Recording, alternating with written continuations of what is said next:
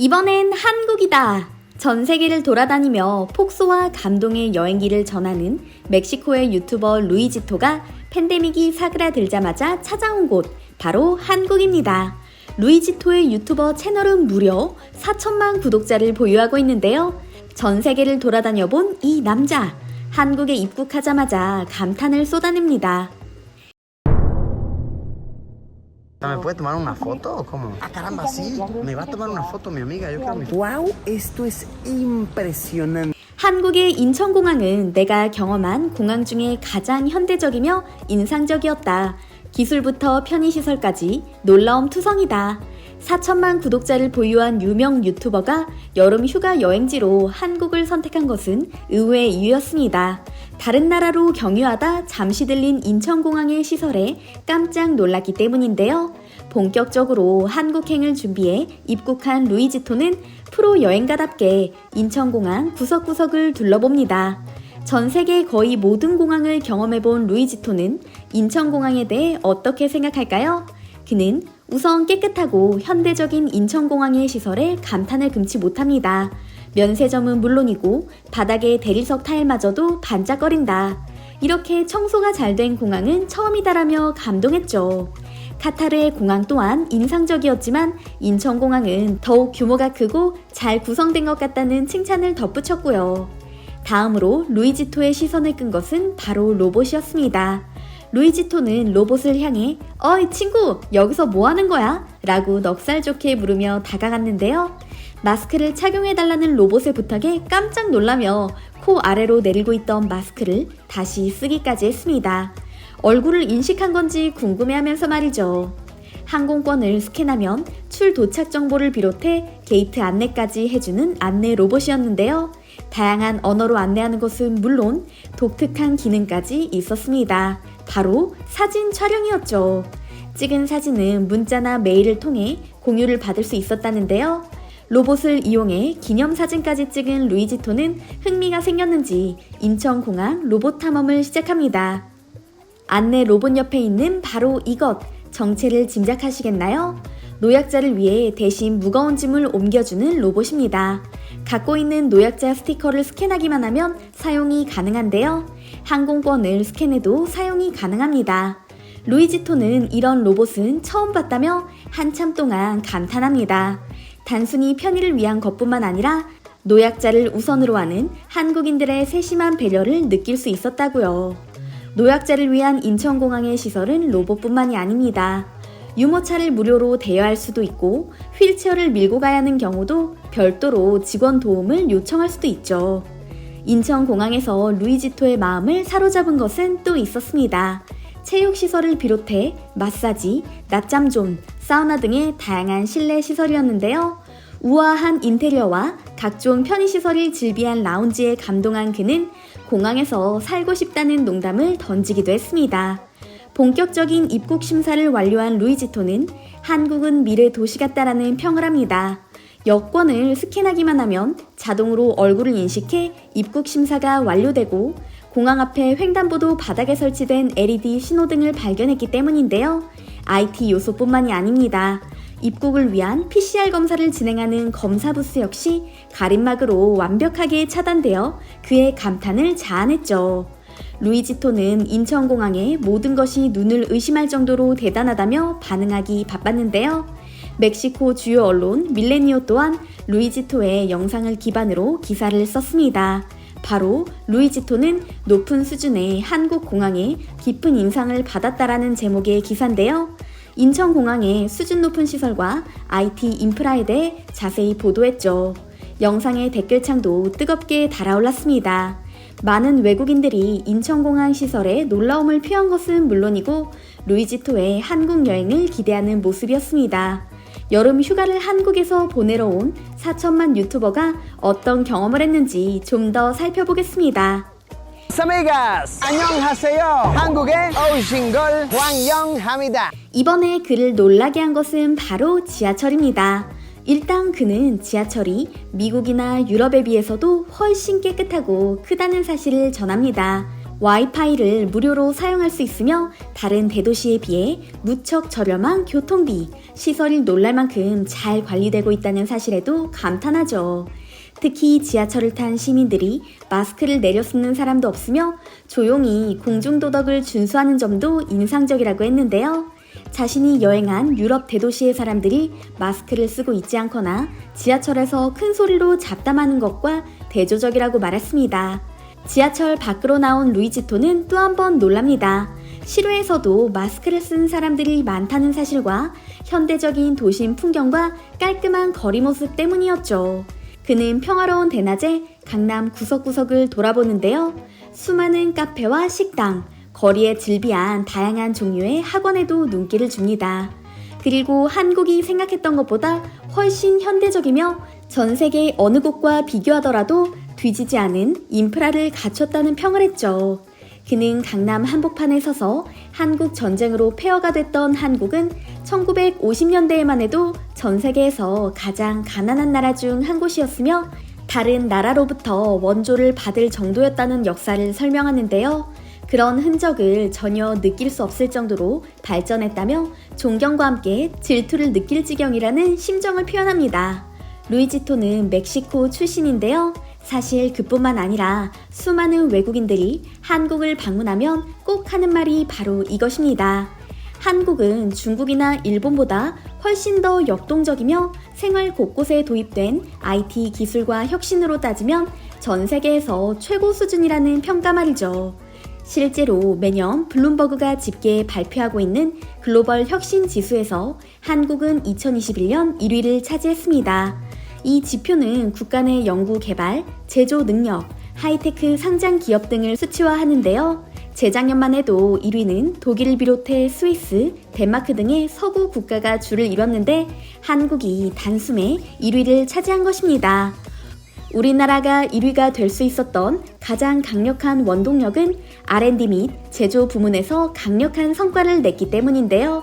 여기에 특허 활동의 증가도 긍정적으로 평가받았다고 합니다. 전 세계 200개국 이상 국가를 대상으로 하는 이 조사에서 당당하게 1위를 차지한 우리나라가 정말 자랑스러운데요. 인상적인 것은 세계 최고의 강대국이라 손꼽히는 미국의 하락세입니다. 2013년 1위를 차지했었던 미국은 작년에 한 계단 하락한 11위에 머물렀는데요. 전 세계적으로 미국 내 대학이 유명함에도 불구하고 고등교육 분야에서 좋지 않은 점수를 받아서입니다. 이전 트럼프 행정부의 비자 정책 등으로 외국 학생들의 미국 유학이 어려워졌고 이런 상황이 미국 내 과학 및 기술 성과에 영향을 미쳤다고 하는데요. 중국 또한 16위에 그쳤습니다. 중국은 사실 10위권 내로 진입한 적이 없을 뿐더러 매년 순위도 떨어지고 있는 상황인데요. 글로벌 혁신 지수는 기업 활동은 물론이고 학계, 사회 등을 통합해 평가하는 것이기 때문에 남다른 의미를 품고 있는데요. 1990년대 삼성과 LG를 비롯한 우리 기업들이 IT 기술의 혁신을 바탕으로 글로벌 기업으로 도약했었죠. 앞으로 20년 한국이 어떤 혁신과 발전을 바탕으로 거듭날지 더 기대가 되는 이유입니다.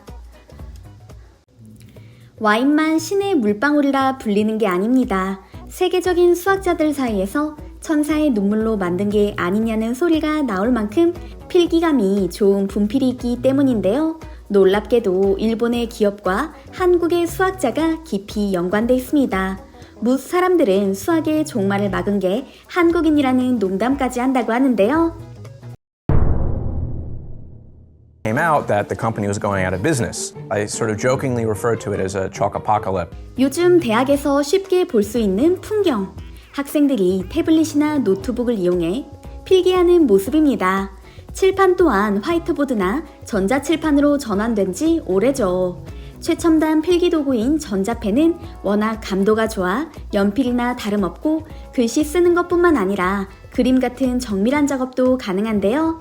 삼성전자가 2022년 출시한 갤럭시 전자펜의 반응 속도는 26ms. 그러니까 펜이나 분필로 쓸 때보다 1000분의 26초 느렸다고 하는데요. 솔직히 체감하기 어려운 차이죠?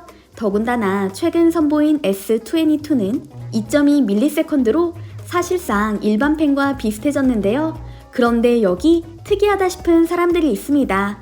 비싼 전자펜은 쳐다보지도 않고 오로지 분필만 고집하는 수학자들입니다. 이런 현상은 한국뿐만이 아닙니다. 미국, 유럽, 호주 등 전 세계의 수학자들에게서 발견되는 현상이기 때문이죠. 일례로 미국 수학회장은 생각의 예술라는 이들의 표현 도구라는 말로 분필 사랑을 고백했으며 수학의 노벨상으로 불리는 필즈상을 받은 허준이 프린스턴대 교수마저 수학자는 분필과 칠판을 사랑하는 최후의 사람들이라고 정의 내렸는데요. 수학자들의 지독한 분필 사랑, 대체 무엇 때문일까요? 이에 대해 허준이 교수는 분필 판서는 반드시 지워지는 숙명을 지녔기 때문에 쓰는 순간 더 집중하게 된다고 이유를 말했습니다. 분필이 지닌 시간과 공간 제약이 집중을 돕는다는 뜻인데요. 허 교수가 사용하는 분필을 만드는 회사의 대표는 또 다른 해석을 곁들입니다. 분필이 내는 탁탁거리고 사각거리는 소리가 창의적인 생각을 이어가게 한다고요. 한데 미국 하버드대, 스탠퍼드대, 컬럼비아대 등 세계적인 명문대에 재직 중인 교수들이 사서 쓰는 특별한 분필이 있습니다. 바로 일본의 하고로모사의 분필입니다. 수학자들 중에서 이 분필을 사용하지 않는 사람이 없을 정도라고 하는데요. 허준이 교수뿐만 아니라 안드레이 오쿤코프 등 필즈상을 받은 유수의 수학자들이 애용해 분필계의 롤스로이스, 필즈상의 분필로도 불리는 명품 분필이라고 하죠. 분필은 다 비슷한 게 아닌가 하는 생각이 들지만 실제로 이 분필은 천사의 눈물로 만든 거 아니냐는 소리가 나올 정도로 품질이 좋다고 합니다. 재질이 단단해 가루가 날리지 않으면서도 필기감이 부드럽다고 하는데요. 몇 년 전에는 수학자들을 멘붕에 빠뜨린 사건도 있었습니다. 이 분필 회사의 일본인 대표 와타나베 사장이 병마로 사업을 접게 될 상황에 처한 건데요. 1932년 설립된 이래 3대째 가업으로 이어져 오던 분필 사업이 폐업 위기에 놓인 것이죠. 수학자들은 비보를 듣고 절망했습니다. 앞으로 이렇게 좋은 분필을 어디서 사냐며 좌절한 그들은 사재기를 시작했는데요. 하루 사용량을 계산해 15년치를 사서 쟁여둔 사람도 있었으며 아예 일본까지 비행기를 타고 가서 분필을 사온 사람마저 있었습니다. 수학자들의 분필 사랑 정말 대단하다 싶은데요. 그런데 이렇게 혼란스러운 상황에서 구원자가 나타났습니다. 평소 이 분필을 애용하던 한국의 수학 1타 강사였죠. 신영석 씨는 학원에서 수학을 가르치던 강사였습니다. 그 또한 하고로모사의 분필을 20년 가까이 애용하고 있었다고 하는데요. 당시 그는 수학 강사로 일하면서 부업으로 하고로모 분필을 수입하고 있었다고 합니다. 신영석 씨의 사업을 걱정한 와타나베 씨는 그를 일본으로 불러 다른 분필을 납품받을 수 있도록 알아봐 주기까지 했다고 하는데요. 마땅한 대안을 찾지 못해 난항을 겪던 중이었다고 합니다. 그런데 어느 날 신영석 씨는 반농담으로 제가 한번 해보면 어떨까요? 라는 질문을 던집니다. 그러자 와타나베 씨는 제조업은 꿈도 꾸지 마라. 너무 힘들다고 말렸다고 합니다. 창업자의 후손마저 포기한 분필 사업이었지만 신영석 씨는 어쩐지 포기할 수 없었다고 합니다. 전 세계적으로 일반 칠판이 아닌 전자칠판을 사용하는 흐름으로 변해가고 있다는 것을 알고 있으면서도요. 그는 고민 끝에 결정을 내리고 진지하게 인수제의를 했다고 하는데요. 와타나베 씨에게 건넨 그의 말이 정말 인상적입니다. 분필이 언젠가 사라지더라도 하고로모가 마지막이어야 한다. 가장 좋은 분필이 가장 먼저 없어지면 안 된다는 말이었기 때문이죠. 결국 와타나베 씨는 아들처럼 여겼던 신영석 씨에게 1억 원짜리 분필 제작 기계를 300만 원에 넘겨주는 등 사실상 기계값만 받고 가업을 넘겨줬다고 하는데요. 그가 내건 조건은 단 하나였다고 합니다. 회사 이름은 그대로 유지해 줄 것 이것이었죠. 본격적으로 사업을 인수했지만 또 다른 난관이 신영석 씨 앞에 닥쳐왔습니다.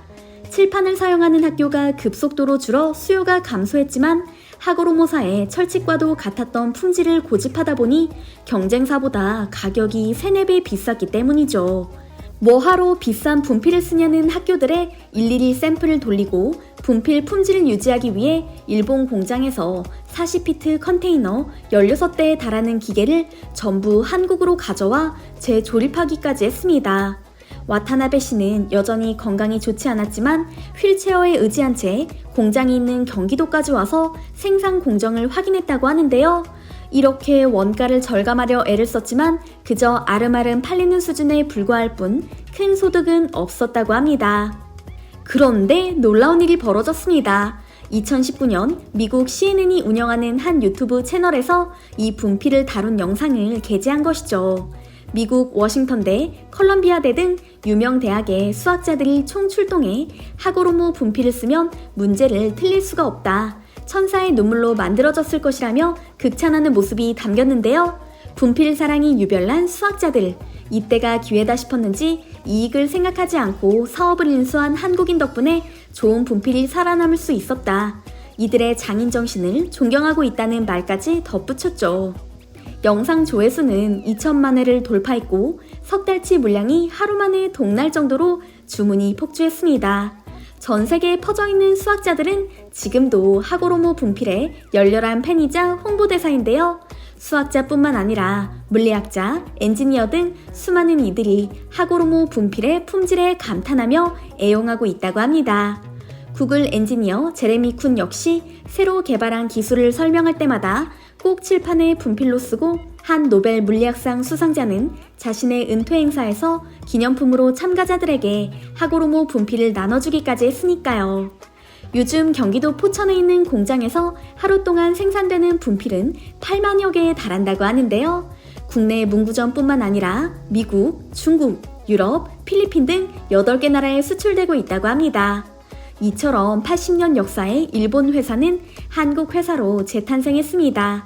단순히 명맥을 이어가는 것에 그치지 않고 혁신과 성장도 일궈내고 있는데요.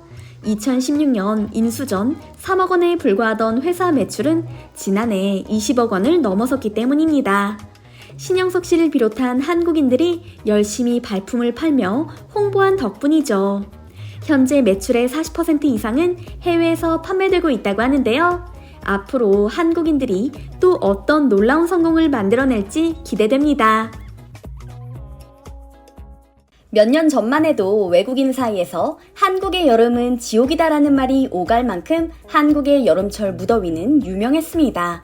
한국의 뚜렷한 사계절은 축복이지만 여름만큼은 피해야 한다는 의견이 지배적이었는데요. 미국 최대 온라인 커뮤니티 레딧을 잠시만 살펴봐도 요즘 사정은 많이 달라졌다는 걸 알 수 있습니다. 최근 유럽과 미국을 휩쓸고 있는 극단적 폭염, 어느 때보다 훨씬 심각한 상황입니다. 원인으로 블로킹 현상이 지목되고 있는데요. 영어로 막다, 차단하다라는 뜻의 블로킹이라는 영어 단어 뜻과 같이 블로킹 현상이란 대기의 흐름이 꽉 막혀 움직이지 않는 상태를 뜻하죠.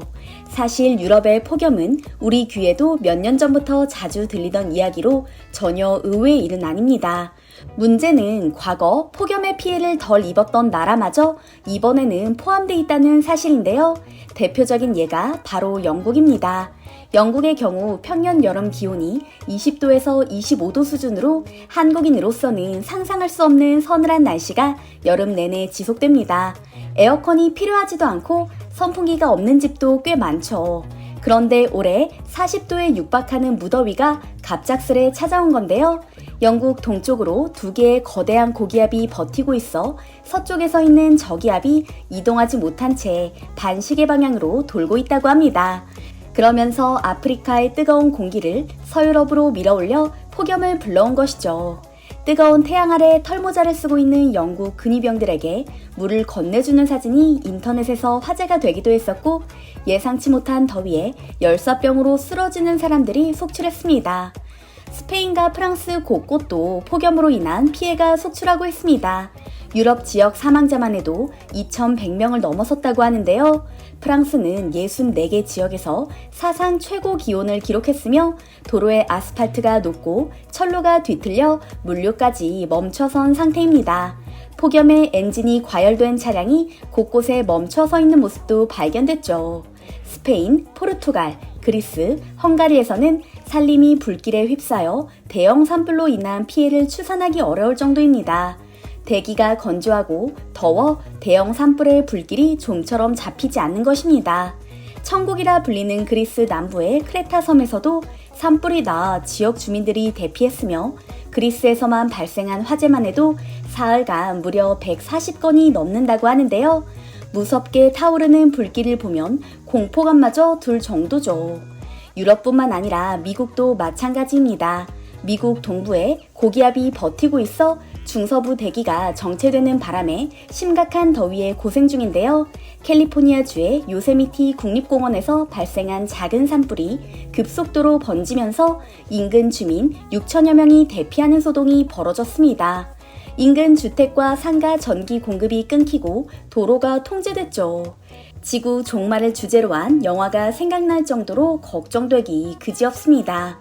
가까운 나라인 일본과 중국을 잠시 살펴볼까요? 우리와 달리 일본은 6월부터 지금까지 기온이 35도 이상으로 열사병 환자가 속출하고 있으며 중간중간 기함할 정도의 기상이변이 있었습니다. 쨍쨍 맑은 날에 우박이 떨어진다거나 도심 한가운데서 회오리 바람이 이는 등 눈으로 보면서도 믿을 수 없을 정도로 특이한 현상이 벌어졌죠. 더위에 습기에 숨조차 쉬기 어렵지만 에어컨을 켜거나 선풍기를 틀기도 부담스럽습니다. 일본의 전기 및 가스 등은 일찍이 민영화가 돼 조금만 사용해도 심각할 정도의 요금이 청구되기 때문이죠. 중국도 마찬가지입니다. 베이징을 비롯한 중국 각 도시의 온도는 40도를 넘나들고 있는데요. 가만히 있던 길거리에 가로수가 불이 붙는 경우까지 있었으며 택시 기사들이 에어컨을 끄고 있다가 승객이 타면 에어컨을 틀 경우 추가 요금을 내야 한다고 주장하는 황당한 일까지 잇따르고 있습니다. 전력난으로 인해 도시 곳곳에서 정전이 됐고요. 물론 한국도 장기간 열돔에 갇혀 고생한 적이 있습니다. 2018년 당시 33도가 넘는 폭염 일수가 평년의 3배가량인 31일에 달했으며 온열 질환자가 4,500명 이상, 더위로 인한 사망자도 160명이나 됐죠. 우리나라에서도 거대한 블로킹 현상이 나타나고 있긴 합니다. 그러나 그 양상이 다른 나라와 사뭇 다릅니다. 거대한 고기압이 한반도 위쪽에 자리 잡아 장마전선과 북태평양 고기압이 올라오지 못하게 막고 있는 것인데요. 그 때문에 6월경 때이른 더위로 고생하긴 했지만 비교적 선선한 7월을 보내고 있는 것이죠. 우박이 쏟아지고 허리케인이 도심을 강타하는 다른 곳과 달리 귀여운 기상 이변 현상도 관찰되고 있습니다. 바로 부산 금정구에서 관찰된 조각구름이 비를 뿌리는 현상이었는데요. 양팔 너비 정도의 아주 좁은 지역에만 비가 내려 많은 네티즌을 깜짝 놀라게 했죠. 이런저런 소식을 들은 외국인들은 너나 할 것 없이 한국 여행을 꿈꾸고 있습니다. 올여름 최고의 휴가지를 추천해줘라는 레딧 글을 보면 이런 트렌드를 한눈에 파악할 수 있습니다. 댓글 중 많은 수가 한국의 서울과 부산을 추천하고 있거든요. 그런데 한국을 추천하는 이유가 예년과 사뭇 다릅니다. 과거에는 어디서든 에어컨 바람을 쐴 수 있고 빙수와 냉면을 비롯한 여름 음식을 맛볼 수 있기에 휴가지로 선택했다면 올해는 신선한 날씨를 즐길 수 있어서라는 대답이 눈에 띄었기 때문입니다.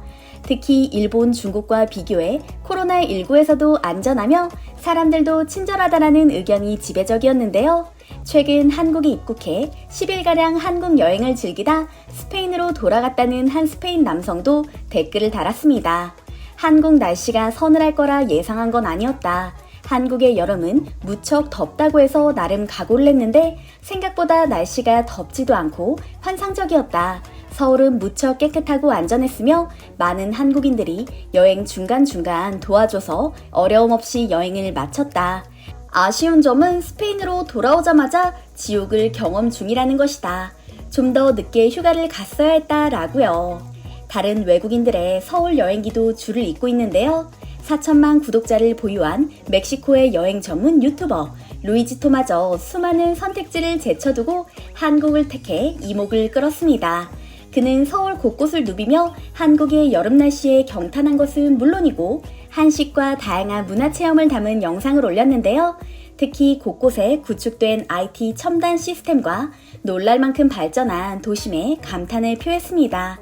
루이지토는 전 세계 다양한 나라를 가봤지만 이렇게 편리하고 깨끗한 도시는 드물었다고 말하며 솔직히 질투가 날 정도다. 미래 도시의 청사진이 서울에 있다는 발언마저 했는데요. 이 영상을 본 많은 외국인들은 자신이 사는 곳은 폭염에 산불에 정전으로 지옥 같은데 한국은 다른 세상인 것 같다며 한숨을 내쉬었죠. 내년에는 꼭 한국으로 여름 휴가를 가겠다고 다짐하는 이들도 많았습니다.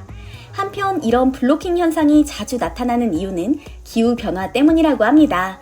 지구 온난화로 극지역과 중위도의 기온 차이가 줄었고 찬 공기와 뜨거운 공기를 섞어주는 제트기류가 약해졌기 때문인데요. 인간의 환경 파괴에 대한 자연의 역습인 셈입니다. 다행히 올해는 큰 피해가 없었지만 만약을 위해 만반의 준비를 할 필요는 있는 것 같습니다. 또한 환경 오염을 줄일 방법을 모두가 고심해야 할 것 같은데요. 저는 플라스틱 사용 줄이기와 같은 작은 일부터 실천을 이어가려고 합니다. 여러분께서는 어떻게 생각하시나요?